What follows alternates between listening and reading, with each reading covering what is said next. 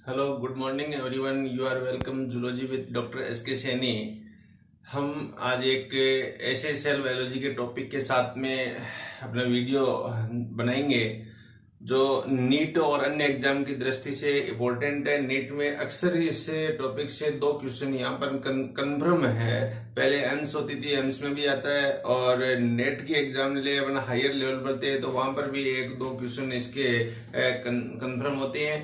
तो इसका यदि आपके कंसेप्ट क्लियर है, इसमें मेन प्रॉब्लम क्या रहती है, कंसेप्ट की रहती है। यदि कंसेप्ट अपना क्लियर है तो इसके क्वेश्चन आसानी से अपन कर सकते हैं कि क्या कैसे क्रोमोसोम में चेंजेज आएगा और कैसे सेल के अंदर चेंजेज आएगा और सेल कैसे डिवाइड होती है। तो इस प्रकार से एक जो टॉपिक है उस टॉपिक का नाम है यहाँ पर cell cycle and cell division. तो आइए हम देखते हैं कि सेल साइकिल और सेल डिवीजन क्या है। तो सेल साइकिल अपने टॉपिक का नाम है, सेल साइकिल और सेल डिवीजन। सबसे पहले सेल साइकिल और सेल डिवीजन के बारे में बताने वाला जो वैज्ञानिक था, अपन ने सेल थ्योरी के दौरान अपने बताया था, ये रुडोल्फ विर्चोव एक ऐसा साइंटिस्ट है जो मैंने यहाँ पर नाम लिखा है, रुडोल्फ विर्चोव। इन्होंने एक वर्ड काम में लिया था, ओमनी सेलुला ई सेलुला। ओमनी सेलुला ई सेलुला का मीनिंग यहाँ पर है new cell arise from the existing cell by the division. तो यहाँ पर आप कह सकती हो कि कोई भी नई सेल की उत्पत्ति होती है, कोई भी नई सेल का निर्माण यहाँ पर बॉडी के अंदर ऑर्गेनिज्म में होता है, चाहे वो प्लांट सेल हो चाहे एनिमल सेल हो। तो कैसे होता है, कहां से होता है, तो पुरानी सेल से या एग्जिस्टिंग सेल है उसके डिवीजन से होता है यहाँ पर। तो इस प्रकार से सबसे पहले सेल डिवीजन के बारे में बताने वाला वैज्ञानिक था रुडोल्फ विर्चोव, और इस बात को सेल थ्योरी में यहाँ पर सम्मिलित किया गया है। उसके बाद में सेल डिवीजन को आगे समझाया। तो सेल डिवीजन समझाने के लिए सबसे पहले बताया कि कोई भी सेल है वो एक सेल साइकिल से होकर गुजरती है, और जब सेल साइकिल होता है तो उसमें एक सेल साइकिल के अंदर क्या होता है, एक साइक्लिक रिएक्शंस होती है जिसके अंदर सेल ग्रोथ होता है। उसके बाद में यहाँ डीएनए रेप्लिकेशन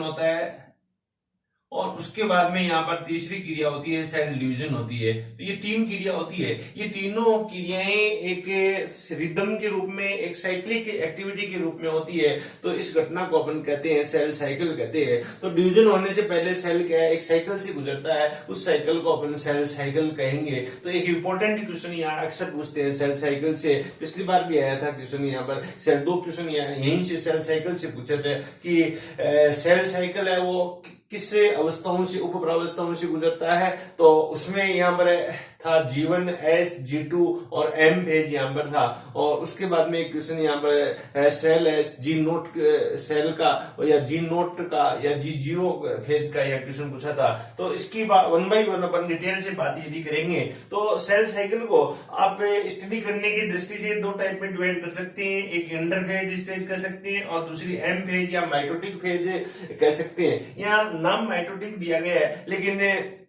एम फेज का मीनिंग है यहाँ माइटोसिस भी होता है और यहाँ मियोसिस भी होता है। तो दोनों यहाँ कह सकते हैं, यदि कोई सेल है जहाँ मियोसिस हो रहा है, जैसे जर्म सेल है जहाँ मियोसिस होता है, तो उसे अपने एम फेज की मियोसिस अवस्था कहेंगे। और नॉर्मल जो यहाँ पर सोमेटिक सेल है वहां पर माइटोटिक डिवीजन होता है, तो यह माइटोसिस कहेंगे।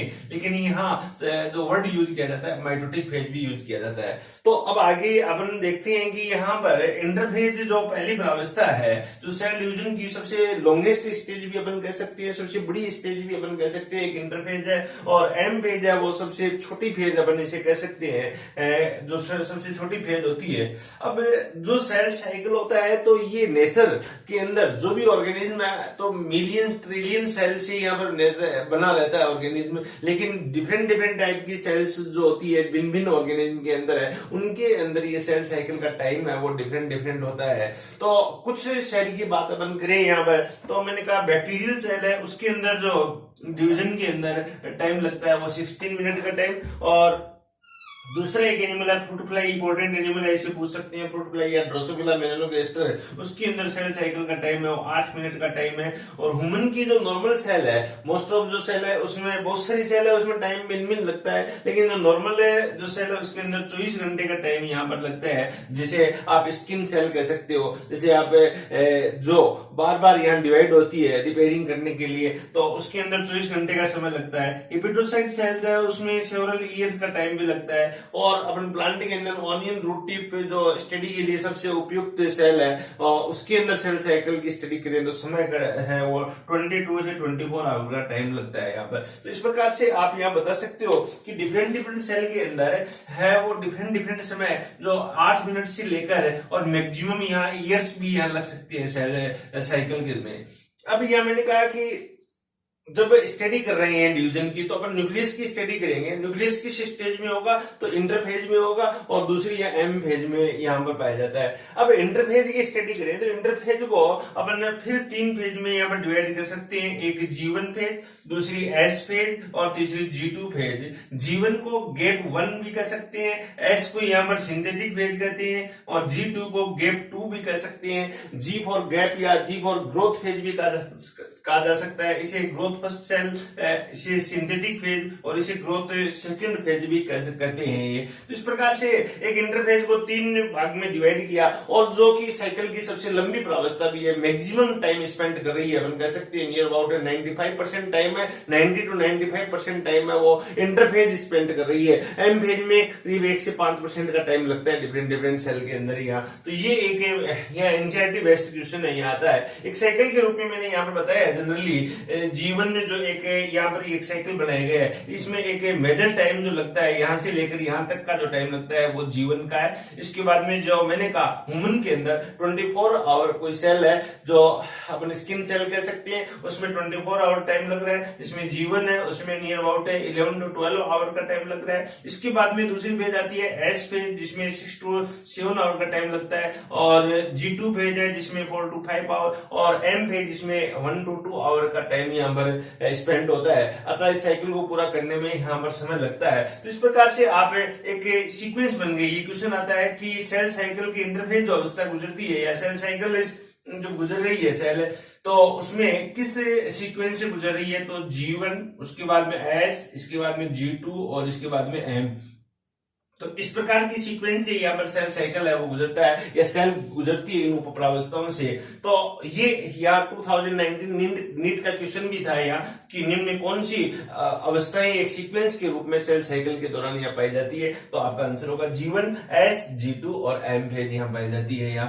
तो जिसका टाइम भी यहाँ डिफरेंट डिफरेंट सेल के डिफरेंट फेज में डिफरेंट डिफरेंट लगता है, तो मैक्सिमम टाइम है यहाँ पर G1 के अंदर लग रहा है। तो इस फेज को आप क्या लॉन्गेस्ट फेज के नाम से भी जानते हो। तो आपसे कह सकते हैं कि इंटरफेज की सबसे लॉन्गेस्ट फेज कौन सी है, तो G1 फेज है इंटरफेज की सबसे लॉन्गेस्ट फेज होती है। S फेज है, S फॉर सिंथेटिक फेज है जहां पर डीएनए का सिंथेसिस होता है। G2 phase for growth phase है जहां पर यहाँ सेल ग्रोथ कर रही है, उसके साथ में प्रोटीन सिंथेसिस कर रही है, उसके साथ में आरएनए सिंथेसिस कर रही है, या किसी सेल के डिवीजन से पहले की जो तैयारियां हैं वो इस फेज के दौरान यहाँ पर करवाई जाती है। तो इस प्रकार से ये क्या तीनों फेज है वो इंटरफेज है, और ये यहाँ पर एम फेज है। तो यहाँ अपन कह सकते हैं कि सेल डिवाइड होने से पहले की जो अवस्था है वो पूर्व की जो तैयारियां हैं उस तैयारियों को अपन कह सकते हैं इंटरफेज। जिस प्रकार से एक स्टूडेंट आप तैयारी कर रहे हो तो आपकी यहाँ एग्जाम जिस दिन होती है, जैसे अभी डिसाइडेड जो एग्जाम है वो 26 जुलाई है, उस दिन क्या है आपकी एग्जाम है, लेकिन उससे पहले जो आपकी प्रिपरेशन हो रही है ये आप किस अवस्था में हो, आप इंटरफेज अवस्था में हो। उस दिन आप किस अवस्था में होंगे, उस दिन आप यहाँ पर एम फेज के अंदर होंगे, आप डिवीजन फेज के अंदर होंगे। कहने का मीनिंग उस दिन आपकी एग्जाम है वो उस दिन आपकी एग्जाम होगी, उससे पहले आप जो तैयारियां कर रहे हो, पूर्व जो तैयारियां कर रहे हो वो सब क्या इंटरफेज की है। तो ये अब आपकी इंटरफेज चल रही है जिसे सेल की इंटरफेज चलती है। तो ये बातें मैं जहां तक समझता हूं कि समझ में आ गई होगी यहाँ। तो इस प्रकार से ये साइकिल आप यहाँ समझ गए होंगे।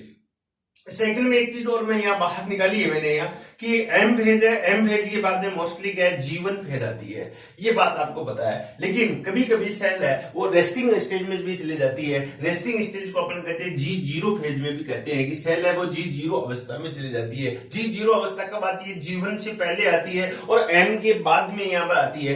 तो यहाँ पर कभी कभी कुछ सेल ऐसी होती है जो यहाँ दूसरे सेल के अंदर सेल मॉडिफिकेशन शुरू हो जाता है यहाँ, और जैसे ही सेल मॉडिफिकेशन शुरू हो जाता है फिर वो सेल उसी अवस्था अवस्था में रहती है, तो ऐसी अवस्था को अपन जी नोट सेल, जी नोट या जी जीरो फेज के नाम से जानते हैं, या क्वेसेंट फेज के नाम से भी जानते हैं यहाँ पर।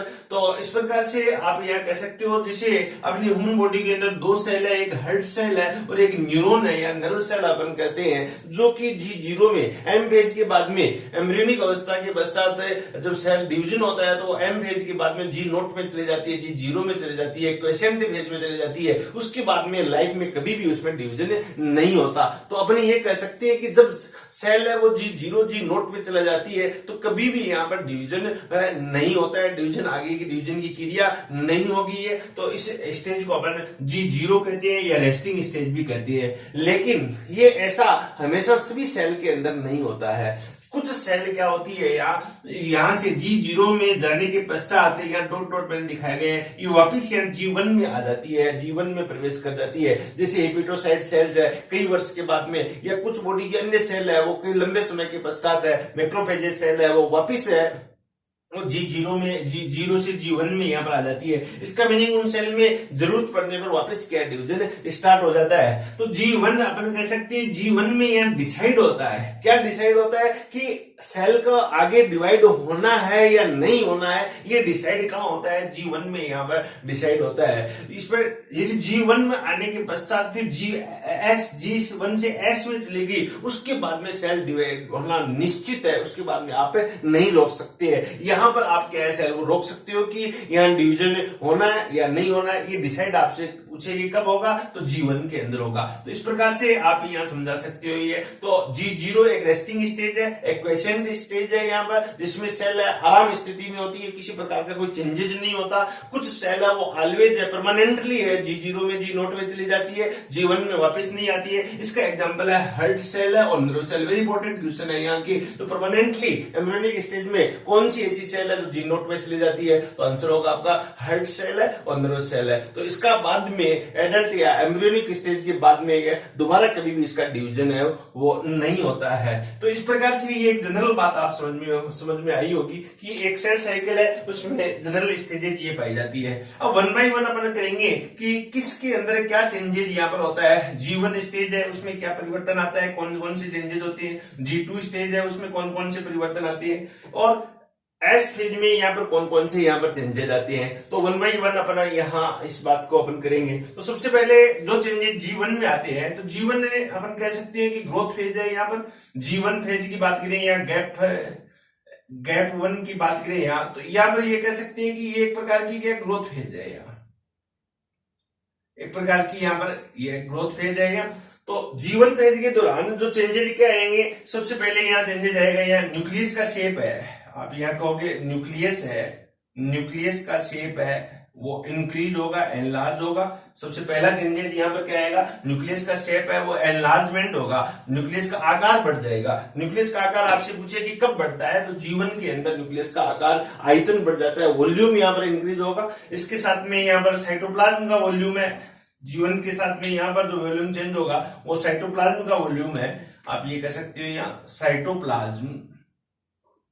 साइटोप्लाज्म वॉल्यूम है वो यहाँ पर इंक्रीज होगा, और साइटोप्लाज्मिक जितने भी इंक्लूजन है उसका यहाँ पर डिवीजन हो जाता है। तो इसी जीवन फेज के अंदर यहाँ जितने भी इंक्लूजन है अपन कह सकते हैं यहाँ माइटोकॉन्ड्रिया है। माइटोकॉन्ड्रिया मान लो माइटोकॉन्ड्रिया पहले एक था, तो अब इसके बाद में दो हो जाएंगे। गोल्जी बॉडी है वो मान लो यहाँ पर एक थी, इसके बाद में दो हो जाएंगे। ER है यहाँ पर, ER के नंबर है यहाँ दो हो जाएंगे। तो कहने का मीनिंग यहाँ ऑल सेल ऑर्गेनल है, ऑल सेल ऑर्गेनल है वो यहाँ पर डबल हो जाते हैं, यहाँ पर इसके अंदर डबल हो जाएंगे यहाँ। तो सेल ऑर्गेनल और सेल इंक्लूजन है वो यहाँ पर डबल हो जाएंगे। मेनी टाइप ऑफ प्रोटीन, आप अपन कहते हैं many type of protein and RNA synthesis है वो कहां होगा? यहाँ G1 फेज में होगा। तो ये जो परिवर्तन है वो G1 के अंदर होते हैं। अब इस सब काम करने में क्या होता है? टाइम ज्यादा लगता है, इसलिए सबसे बड़ी अवस्था और लंबी प्रावस्था यहाँ पर क्या होती है? G1 फेज होगी। तो यहाँ पर आपके बात समझ में आ गई होगी। न्यूक्लियस का शेप बढ़ता है, साइटोप्लाज्म बढ़ता है, सेल इंक्लूजन, साइटोप्लाज्मिक इंक्लूजन है, जो सेल ऑर्गेनल है वो यहाँ संख्या में डबल होते हैं। यह क्वेश्चन पूछा जाता है, पूछा गया है कि गोल्जी बॉडी की संख्या दुगनी सेल इंटरफेज की किस अवस्था में होती है? तो आपका आंसर होगा यहाँ G1 अवस्था में ये इनकी संख्या है वो दुगनी हो जाती है, डिवीजन हो जाता है इसका। तो इस प्रकार से ये अपन कह सकते हैं, समझा सकते हैं कि यहाँ पर G1 के अंदर ये परिवर्तन यहाँ शुरू होती है। इसके बाद में आप देखोगे कि दूसरे जो परिवर्तन है, दूसरे परिवर्तन कहां पर होंगे? तो दूसरे चेंजेस आएंगे G1 फेज से तुरंत सेल अब एंटर करेगी S फेज में। S फेज का मीनिंग है यहाँ पर सिंथेसिस फेज, S फेज या सिंथेसिस फेज, ये कोई कॉम्प्लेक्स फेज है यहाँ पर, और वेरी इंपॉर्टेंट फेज है। इससे क्या अक्सर क्वेश्चन पूछा जाता है। सिंथेसिस फेज में यहाँ पर क्या होता है? सिंथेसिस फेज में यहाँ पर डीएनए है, इसके अंदर डीएनए डबल हो जाता है। सबसे पहला इंपॉर्टेंट क्वेश्चन है, डीएनए यहाँ पर डबल हो जाता है और क्रोमोसोम नंबर, दूसरी बात यहाँ ध्यान रखनी, क्रोमोसोम नंबर रिमेन कांस्टेंट।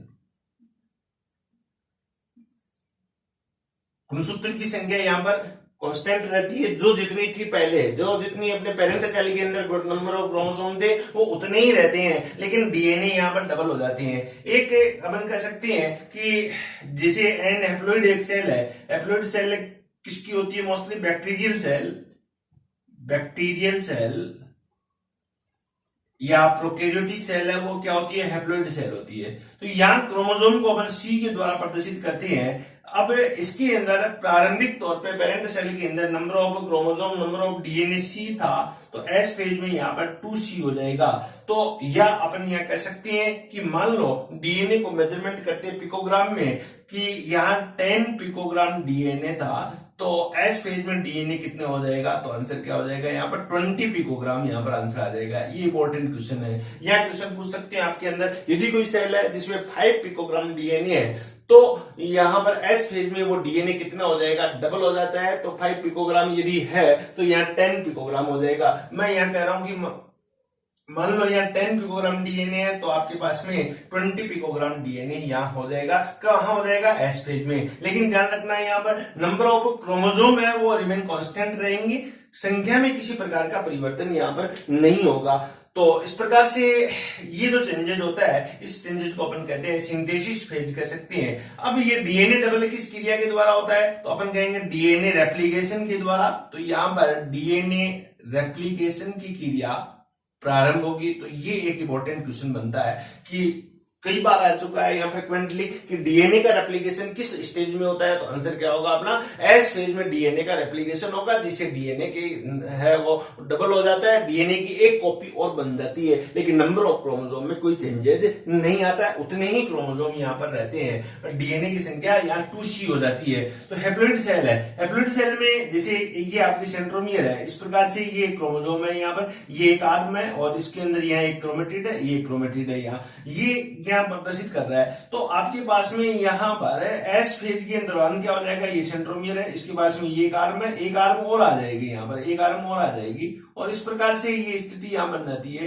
इस प्रकार से 2 क्रोमेटिड बन जाते हैं, और जब 2 क्रोमेटिड बनते हैं तो इसे अपन सिस्टर क्रोमेटिड कहते हैं। तो इस प्रकार से ये C प्रदर्शित कर रहा है और ये 2C प्रदर्शित कर रहा है। ये तो ये आप एक बैक्टीरियल सेल, एक प्रोकैरियोटिक सेल के अंदर इस प्रकार से समझा सकते हो। ऐसे ही अपन कहेंगे एक यूकैरियोटिक सेल है, एक यूकैरियोटिक सेल में यहाँ डीएनए मोस्टली 2C होता है। तो यहाँ एस फेज में रेप्लिकेशन के दौरान यहाँ पर डीएनए क्या हो जाएगा? 4C हो जाएगा। 2C को अपन प्रदर्शित इसलिए कर सकते हैं कि 2 होमोलोगस क्रोमोसोम है, इस प्रकार से ये क्रोमोसोम है और दूसरा इसके साथ में दूसरा होमोलोगस क्रोमोसोम है। एक पेरेंटल, एक मैटरनल क्रोमोसोम होता है और एक यहाँ पैटर्नल क्रोमोसोम होता है। तो ये यहाँ दूसरा होमोलोगस क्रोमोसोम है। अब इसमें रेप्लिकेशन हुआ है, यहाँ तो रेप्लिकेशन हुआ तो यहाँ पर इसमें 2 आर्म आ गई, इस प्रकार से 2 आर्म आ गई, और यहां पर रेप्लिकेशन हुआ, क्रोमोसोम नंबर 1 है, इसमें रेप्लिकेशन हुआ तो इसमें यहां पर 2 आर्म आ गई, एक आर्म में यहां पर ये 2 आर्म आ गई। तो इस प्रकार से 1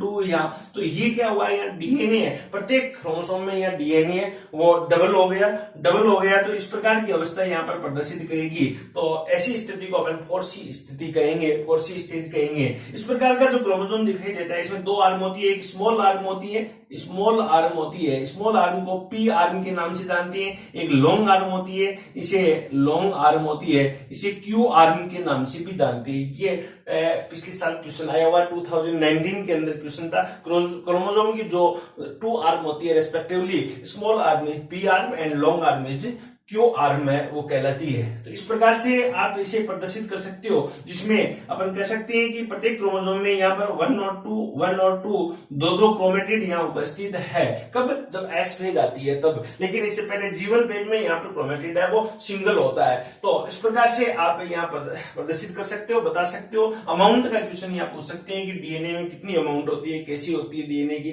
तो यहाँ नंबर ऑफ क्रोमोसोम में कोई चेंजेस नहीं आता है और डीएनए की अमाउंट यहाँ रेप्लिकेशन की क्रिया के द्वारा डबल हो जाती है। तो ये एक इंपॉर्टेंट क्वेश्चन है।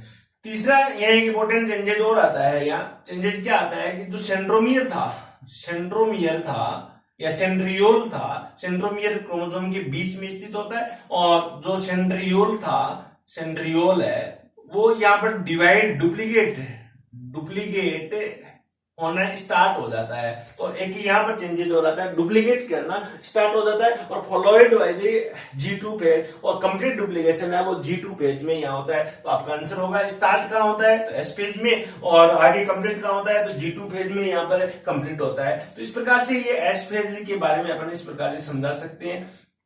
इसके बाद में नेक्स्ट एक क्वेश्चन आपसे यहाँ पूछ सकते हैं कि हिस्टोन प्रोटीन जो डीएनए के अंदर होती है, उस हिस्टोन प्रोटीन का निर्माण किस स्टेज में होता है। तो आंसर ये आएगा एस फेज के दौर में यहाँ पर हिस्टोन प्रोटीन है उसका निर्माण होता है। अब इसके बाद में G1 फेज से सेल आगे चलेगी तो एस फेज में सेल आएगी। एस फेज में क्या क्या चेंजेस आएगा, तो मैंने यहाँ पर बताया कि डीएनए से रिलेटेड जो चेंजेस है, रेप्लिकेशन से रिलेटेड चेंजेस है, हिस्टोन प्रोटीन का निर्माण है वो यहाँ पर होगा, और यहाँ डबल डीएनए हो जाएगा। एस फेज के बाद में फिर ये सेल G2 फेज में जाएगी। G2 फेज में कौन से परिवर्तन होते हैं यहाँ पर, तो G2 फेज में यहाँ पर पहला परिवर्तन होता है प्रोटीन का सिंथेसिस, प्रोटीन सिंथेसिस आवश्यकता अनुसार सेल की प्रोटीन सिंथेसिस इसी में होगी।